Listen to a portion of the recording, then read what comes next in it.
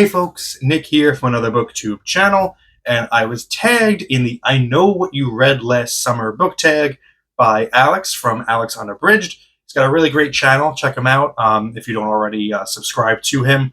But this is a list of prompts that are based off of like slasher movies, horror movies, although the prompts aren't necessarily always about the horror genre. It's usually just like a trope from horror genre and applying it to whatever you want.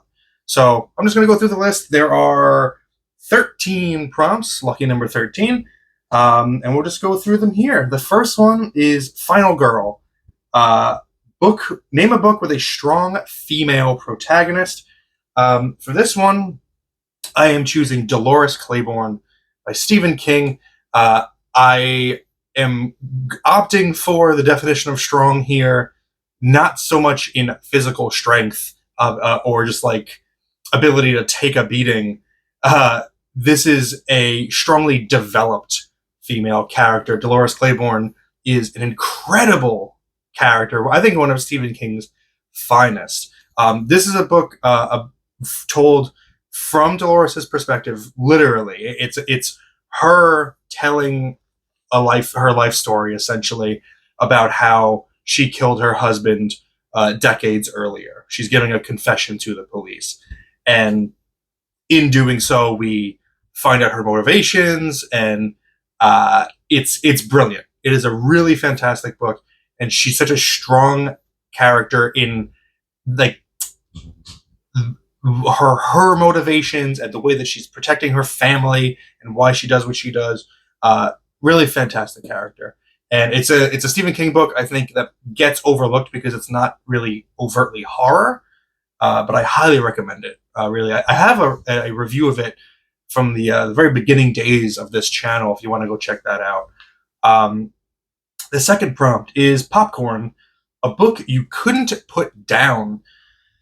So I chose a comic book for this one, a graphic novel, because I remember sitting down to read this one, and it was so effortlessly readable that I ended up finishing it literally without even like stirring from my spot. Like I laid down, I had it, and then I didn't move again other than to turn a page until I was done with the book.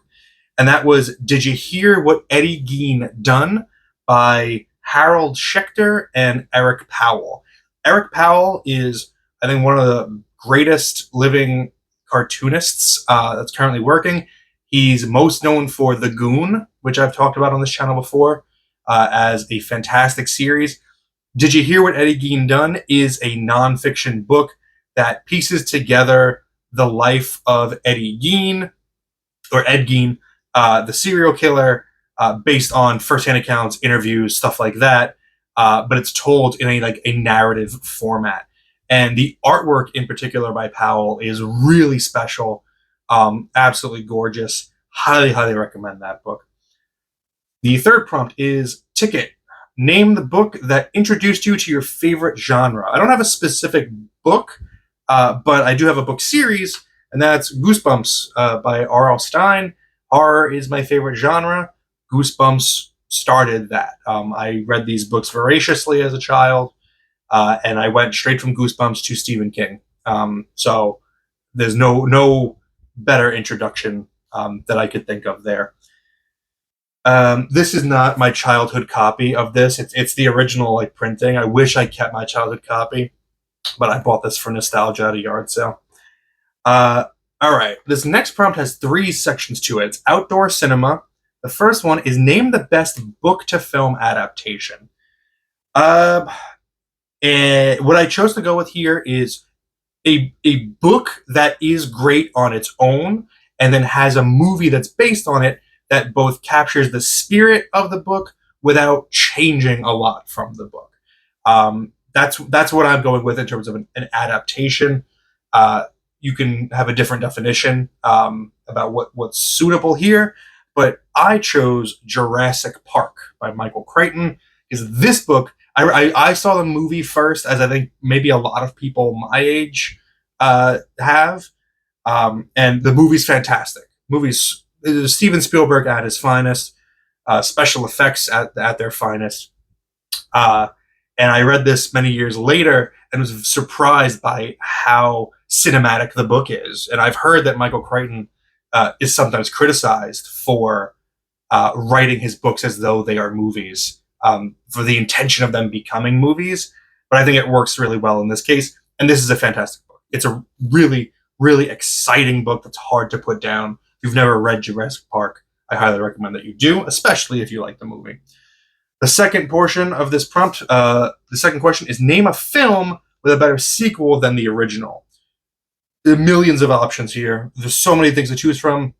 The first one that popped into my head was Mad Max Fury Road, because I've seen the first original Mad Max movie. Seeing that movie today, it's not nearly as I think exciting or I don't know, or just exciting as it was back then.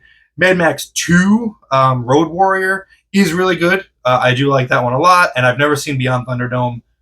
No, but even without having seen it, I feel like Mad Max Fury Road is what George Miller had in his mind when he was making those first movies. Like he wished that he could do this back then, and Fury Road is phenomenal. One of the best action movies ever made. Absolutely exhilarating, and seeing it in a theater was great. I saw it in the theaters when it came out. Just an awesome, dope movie. And the third sub question here: recommend a scary movie. Again, there's like a million out there. I want to try to recommend something that's different that you probably wouldn't hear on other versions of this tag in other videos. So I'm going with Possession by Andrei Zalewski.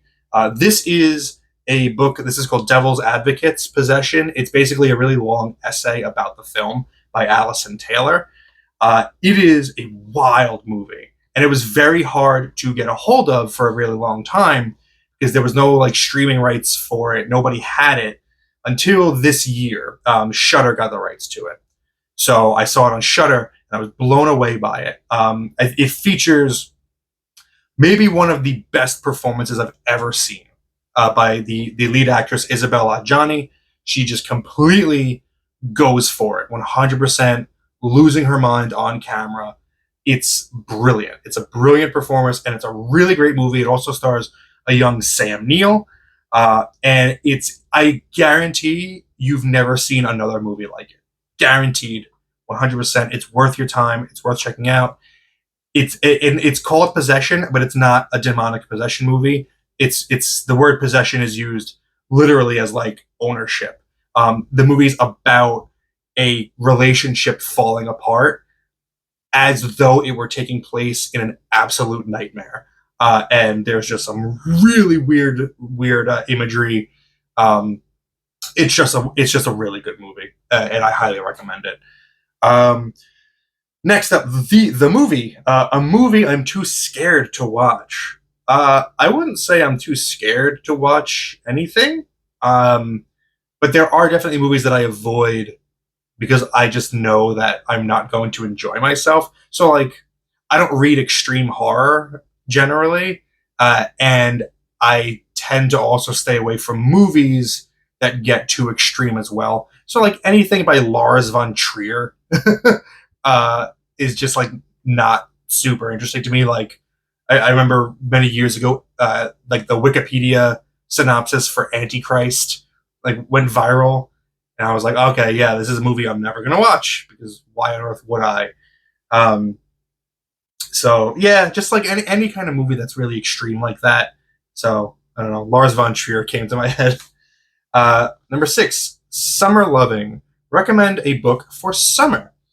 So summer's about to end. It is in its waning days as I'm filming this, and it made me think of Dandelion Wine by Ray Bradbury, about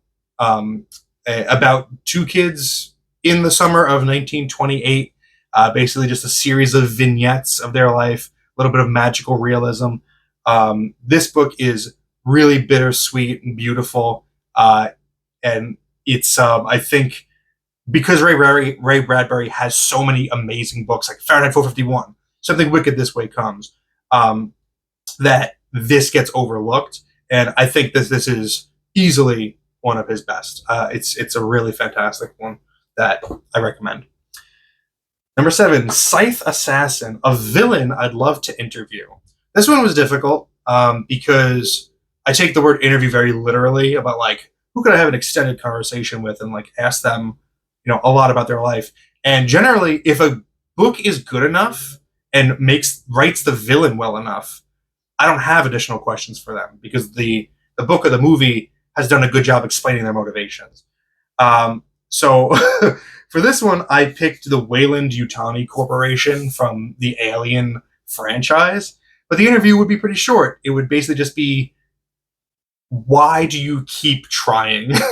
What do you expect to gain here? It's literally never gone your way.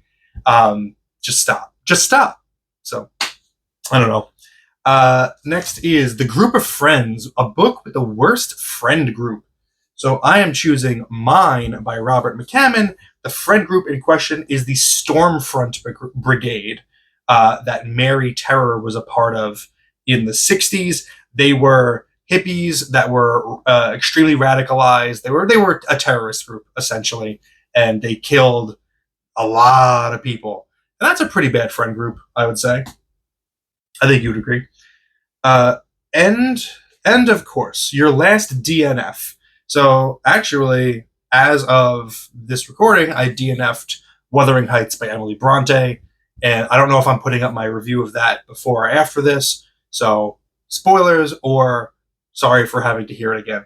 But yeah, didn't enjoy Wuthering Heights at all, and you can watch that video for my full reasoning why. Next up, Summer Party, a book with the worst party in it. Well, a wedding is a party, and the worst wedding I've ever read was The Red Wedding in Storm of Swords, book 4 of Game of Ice and Fire, Song of Ice and Fire by George R.R. Martin. You know why.